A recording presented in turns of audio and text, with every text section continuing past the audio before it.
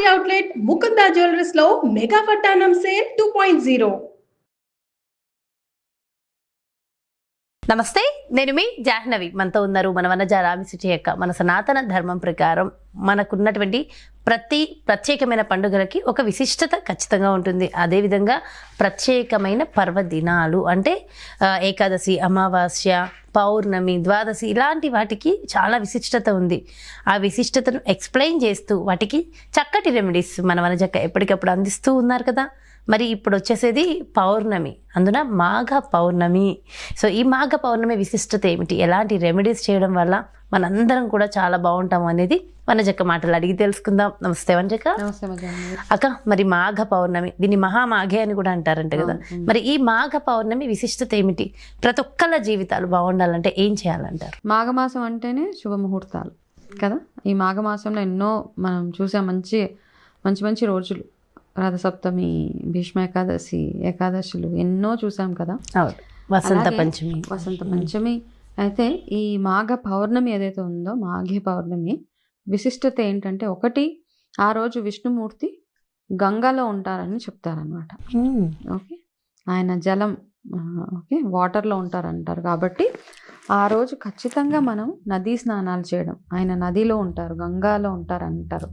ఆ రోజు ఖచ్చితంగా మనం నదీ స్నానాలు చేయడం. మాఘ పౌర్ణమి రోజు నదీ స్నానం చేస్తే 1000 జన్మల పుణ్యం కలుగుతుంది అన్నమాట. అది ఒకటి ఫస్ట్ ప్రత్యేకత ఈరోజు.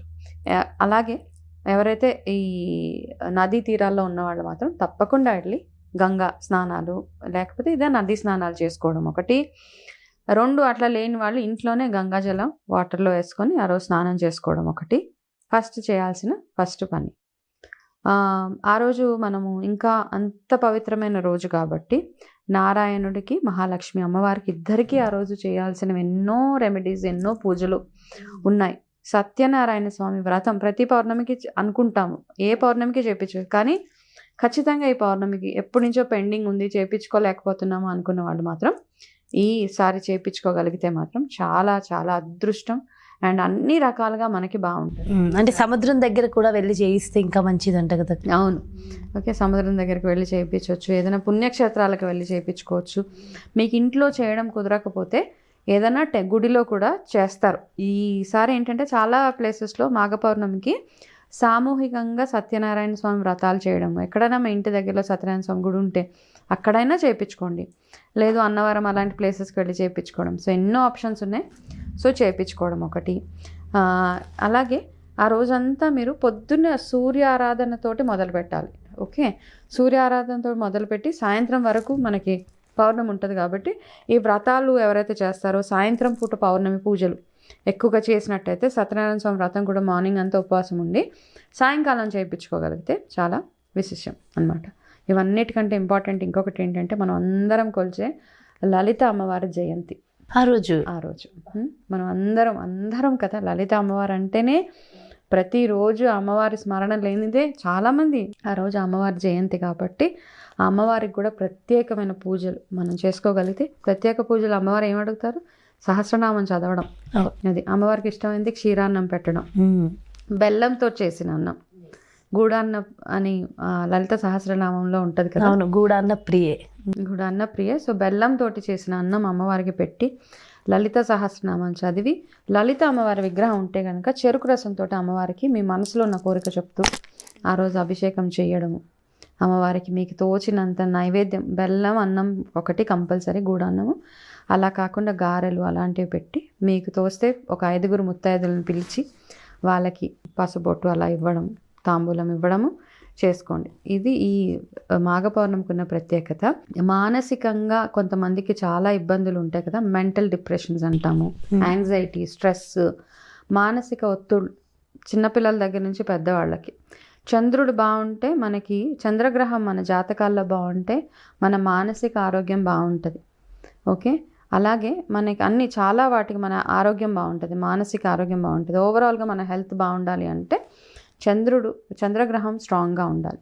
అలా ఆ గ్రహాన్ని స్ట్రాంగ్ చేసుకోవాలి. హెల్త్ ప్రాబ్లమ్స్ ఉన్నాయి అనుకుంటే కనుక ఆ రోజు సాయంత్రం చంద్రుడి దగ్గర కూర్చొని ఓం సోం సోమాయ నమః ఈ చాంటింగ్ ఎన్నిసార్లు అంటే కౌంట్లెస్గా చేయాలన్నమాట. 108 సార్లు, 11 సార్లు ఇలా చెప్తే ఏమవుతుందంటే మనం కౌంట్ చేస్తూ మన ఫోకస్ అంతా కౌంటింగ్ మీద ఉంటుంది.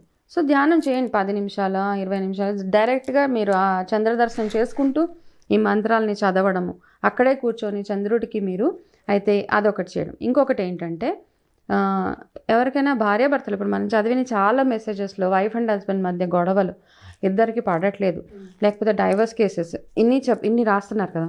అట్లాంటి వాళ్ళు ఎవరైనా ఉంటే ఏం చేస్తారంటే ఆవు పాలలో కాస్త పంచదార కొంచెం బియ్యం కలిపి వేసి చంద్రుడికి ఆగ్యం సాయంత్రం పూట చంద్ర దర్శనం అవుతుంది కదా, చంద్ర దర్శనం అని మూన్ రైజ్ అంటాం, ఆ టైంకి మీరు ఆగ్యం వదలడము, ఆవు నేతితోటి దీపం పెట్టడము, ఇవన్నీ మీ రిలేషన్షిప్స్ బాగుండడానికి చేయాల్సిన చిన్న చిన్న రెమెడీస్ అనమాట. చంద్రుడు దగ్గర మనం ఆ పరవాన్నం పెట్టి రాత్రంతా అక్కడ ఉంచగలిగితే ఏదైనా ఒక చిల్లెలతో ఉన్న మూత అలా పెట్టడం, లేకపోతే ఒక క్లాత్ అలా కట్టేసి నెక్స్ట్ డే మార్నింగ్ సూర్యోదయానికి ముందు లోపలికి తెచ్చి మీ ఇంట్లో వాళ్ళందరూ స్నానాలు చేసిన తర్వాత ప్రసాదాన్ని తినడము, ఇవన్నీ మనం చేయాల్సిన చిన్న చిన్న రెమెడీస్ అనమాట. అలాగే ఆర్థికంగా ఇబ్బందులు ఉన్నవాళ్ళు ఈరోజు లక్ష్మీ అమ్మవారికి లక్ష్మీ అష్టోత్తరం సాయంత్రం మాత్రం కంపల్సరీగా ఈరోజు మీరు ఇంటి బయట ఆవు నేతితో దీపాలు పెట్టుకోవడం, మీ ముఖద్వారం మెయిన్ ఎంట్రన్స్ ఎంత అందంగా అలంకరించుకోగలిగితే అంత పాజిటివ్ ఎనర్జీ మీకు ఉంటుంది. అది ఒకటి చేసుకోండి. ఇంటి ముందు సాయంత్రం ఆవు నేతితో దీపాలు పెట్టండి. ఆవు నేతితో దీపాలు పెట్టిన తర్వాత లక్ష్మి ఆర్థిక ఇబ్బందులు ఎవరికైతే ఉన్నాయో వాళ్ళు ఆ రోజు 11 గవ్వలు కొనుక్కొని రండి.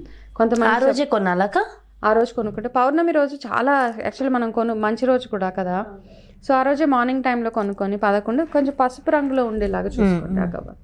అవి తెచ్చి లక్ష్మీ అమ్మవారి దగ్గర పెట్టి లక్ష్మీ అష్టోత్తరం చదువుతూ ఆ గవ్వలకు కొంచెం పసుపు కుంకుమ అలా వేసి ఆ రోజంతా అక్కడ ఉంచేసి నెక్స్ట్ డే మార్నింగ్ ఒక ఎర్రటి బట్టల్లో కట్టేసి మీరు ఎక్కడైతే మీ డబ్బులు జ్యువెలరీ అయి పెట్టు బిజినెస్ ప్లేస్లో అది తీసుకొని వెళ్ళి పెట్టేయడం ఒకటి.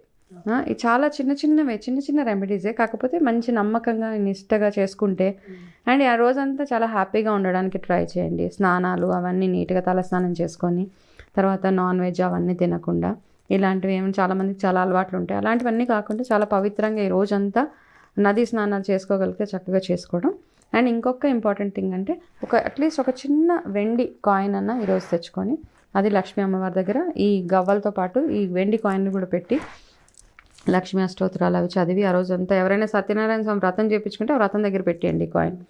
ఆ పూజ అంతా అయిపోతే మీ మనసులో ఉన్న ఏదైతే ఆర్థిక ఇబ్బందులు ఏవైతే ఉన్నాయో అవి మనసులో ఇవన్నీ తీరిపోవాలని చెప్పి ఈ కాయిన్ని కూడా మీరు ఒక దగ్గర వెళ్ళి పెట్టేసేయండి. అంటే మీ సేఫ్ ప్లేస్లో మీరు ఎక్కడైతే సేఫ్గా ప్లేసెస్ ఉంటాయి అనుకుంటున్నారో అట్లా ఇవి చాలా చాలా చిన్న చిన్న రెమెడీసే ఈ మాఘ పౌర్ణమి రోజు. అన్నిటికంటే ముఖ్యంగా లలిత అమ్మవారి జయంతి కాబట్టి అమ్మవారికి ఏవైతే ఇష్టమో చక్కగా మీరు నల్లటి వస్త్రాలు వేసుకోకుండా గ్రీన్ కలర్లో గాజులు, గ్రీన్ కలర్ చీరలో మనకి ఇష్టం కదా అమ్మవారిని రిప్రజెంట్ చేయడం, అంతకంటే ఏం లేదు. అలా వేసుకొని చక్కగా అందులో ఈసారి ఆదివారం వచ్చింది కదా, ఆదివారం కూడా వచ్చింది, సో ప్రతి ఒక్కరికి చేసుకోవడానికి వీలుగా ఉంటుంది. ఇంట్లో ఉంటారు. లలిత సహస్రనామం చదవడం రాదు అని చాలా మందికి అలవాటు ఉండదు. చాలా మంది చదువుతారు, కొంతమందికి రాదు. చిన్నపిల్లలు ఎవరికైనా వాళ్ళకి చెయ్యాలి, వాళ్ళకి మంచి సంబంధాలు రావాలి, అన్ని రకాలుగా బాగుండాలి అంటే శ్రీమాత్రే నమః రోజంతా చిన్న మంత్రం అంతే. ఓకే, ఓం ఐం హ్రీం శ్రీం శ్రీమాత్రే నమః అనుకుంటూ ఉన్నా సరిపోతుంది. మనకి ఎక్కువగా అంటే చదవడం రాదు, లలిత సహస్రనామం చదివేటప్పుడు తప్పులు లేకుండా చదవాలి. కొత్తగా ఎవరైనా స్టార్ట్ చేయాలి లలిత సహస్రనామం ఈ రోజు నుంచి మొదలు పెట్టుకుంటాను అనుకున్న వాళ్ళు మంచి రోజు ఈ రోజు నుంచి స్టార్ట్ చేసి కంటిన్యూ వింటూ రికార్డింగ్ వింటూ నేర్చేసుకోవచ్చు చక్కగా. ఒక 2-3 సార్లకి మనకు అలవాటైపోతుంది. అందరం అక్కడి నుంచి స్టార్ట్ అయ్యాం కదా, ఎప్పుడో స్టార్ట్ చేసాం తప్పులు చదువుతూ ఇప్పుడు కరెక్షన్స్ పర్ఫెక్ట్ గా వచ్చేస్తాం. అవును. అయితే ఇంకొకటి ఏంటంటే నాకు ఒక గురువు గారు చెప్పిందంటే ఎప్పుడు లలిత సహస్రనామం చేసినా ఖడ్గమాల చదవాలి కంపల్సరీగా. అలా ఉత్తి లలిత సహస్రనామం చదివి వదిలేయకూడదు అని చెప్పారు, నాకు చెప్పింది ఇది. సో నేను అదే కంటిన్యూ అవుతాను అనమాట. లలిత చదివిన తర్వాత దేవి ఖడ్గమాల, లలిత సహస్రనామం చదివేసిన తర్వాత దేవి ఖడ్గమాల కంపల్సరీగా చదివి అప్పుడు మాత్రం క్లోజ్ చేయాలి అంతే. అప్పుడు అయితే ఇంకొక సందేహం అక్క, ఇది చాలా మంది అడిగింది ఏంటంటే ఇప్పుడు పూజ చేసిన తర్వాత లలిత సహస్రనామం చదివాక నైవేద్యం పెట్టి హారతి ఇవ్వాలా, హారతి అవన్నీ అయిపోయిన తర్వాత లలిత సహస్రనామం చదవాలా? సహస్రనామం చదివే హారతి ఇస్తాను నేనైతే. అది జనరల్ గా అయితే అది మరి వేరే పద్ధతి అయితే నాకు తెలిసిందే నేను చెప్తున్నాను. ఒక్కొక్కరు ఒక్కొక్క పద్ధతి ఉంటది కదా. సో సహస్రనామం చదివిన తర్వాత హారతి, నైవేద్యం ముందే పెట్టేయచ్చు. నైవేద్యం అవన్నీ పెట్టి అమ్మవారికి అవన్నీ చదివి మనం ఎందుకంటే మరి అమ్మవారికి అన్ని పెడుతున్నాం కదా, చెప్తున్నాం కదా నీకు ఇవి పెట్టాము నీకు పుష్పాలంకరణ చేసాం, ఇవన్నీ ఇచ్చాం అని అమ్మవారికి చెప్తున్నాం కదా, మరి ముందే చేసేసి తర్వాత హారతి ఇచ్చేసి అవును. చక్కగా. సో ఇది చిన్న ప్రొసీజర్, చిన్న చిన్న రెమెడీస్ చక్కగా చేసుకుంటే మన లైఫ్ చాలా బ్యూటిఫుల్ గా ఉంటుంది. అవును, నిజంగా అక్క. అంటే మీరు చెప్పిన ఈ రెమెడీస్ ఫాలో అయ్యి అందమైన జీవితాలు పొందిన వారు ఎందరో గర్వంగా చెప్పుకోవచ్చు ఈ రోజైతే. నాకు కూడా మీతో ఇలాంటి ఒక మంచి జర్నీ, నిజంగా చాలా చాలా హ్యాపీ జర్నీ. ఎంతమంది లైఫ్లో మీ వల్ల చాలామంది ఆర్థికంగా సెట్ అయిన వాళ్ళు ఉన్నారు, వివాహం కాక వివాహం అయిన వాళ్ళు ఉన్నారు, డివోర్స్ అయ్యి మళ్ళీ కలవాలనుకుని కలిసిన వాళ్ళు ఉన్నారు. ఒక్కొక్కరు కమెంట్స్ పెడుతూ ఉంటే, మెసేజ్లు, వాయిస్ మెసేజ్లు పెడుతుంటే, అంటే మనకు తెలిసి చెప్తున్నాం But అంతే. దేవుడు అనుగ్రహం కూడా ఉండాలి కదా. మనం ఎన్ని చేసినా కొంతమందికి ఏమీ జరగదు, మనం ఒక చిన్న చేసినా మన లైఫ్ లో జరిగిపోతుంది. సో అలా జరగాలి అంటే మనకు భగవంతుడి ఆశీర్వాదం ఉండాలి, మా బ్లెస్సింగ్స్ అన్ని అంటే ఆ టైంకి అది వాళ్ళకి తెలుసుకోవడం కూడా ఇంపార్టెంట్ కదక్క. సో అలా చెప్పే ఒక గురువు నిజంగా దొరకడం చాలా important. Thank you so much వనజక్క. నమస్తే అక్క. సో చూసారు కదండి, నిజంగా అద్భుతం కదా. నిజంగా మంచి మంచి విషయాలు వనజక్క ఎప్పుడు చెప్తూ ఉంటారు. డెఫినెట్గా అవన్నీ ఫాలో అయ్యి హ్యాపీగా ఉన్న వాళ్ళు ఎందరో. మరి అదేవిధంగా మాఘ పౌర్ణమి, అది కూడా ఈ 2023 సంవత్సరంలో వచ్చినటువంటి మాఘ పౌర్ణమి విశిష్టత వనజక్క ఎంతో చక్కగా డీటెయిల్గా క్లియర్గా ఎక్స్ప్లెయిన్ చేశారు. ప్రతి ఒక్కళ్ళ జీవితాలు బాగుండాలనే సదుద్దేశంతో ప్రతి ఒక్కళ్ళకి మంచి మంచి రెమెడీస్ కూడా అందించేశారు. డెఫినెట్గా ఇవన్నీ ఫాలో అయ్యి అందరూ ఆనందంగా ఉండాలని మనస్ఫూర్తిగా కోరుకుంటూ మరో చక్కటి కార్యక్రమంతో మళ్ళీ మీ ముందుకు వచ్చేస్తా. మరి నమస్కారం. మరి అదేవిధంగా పర్సనల్గా రెమెడీస్ ఎవరికైనా కావాలి, పర్సనల్ అపాయింట్మెంట్ కావాలి, వనజక్కని సంప్రదించాలి అనుకుంటే క్రింద డిస్ప్లే అవుతున్నటువంటి నెంబర్స్కి మీరు కాంటాక్ట్ అవ్వచ్చు. నమస్కారం.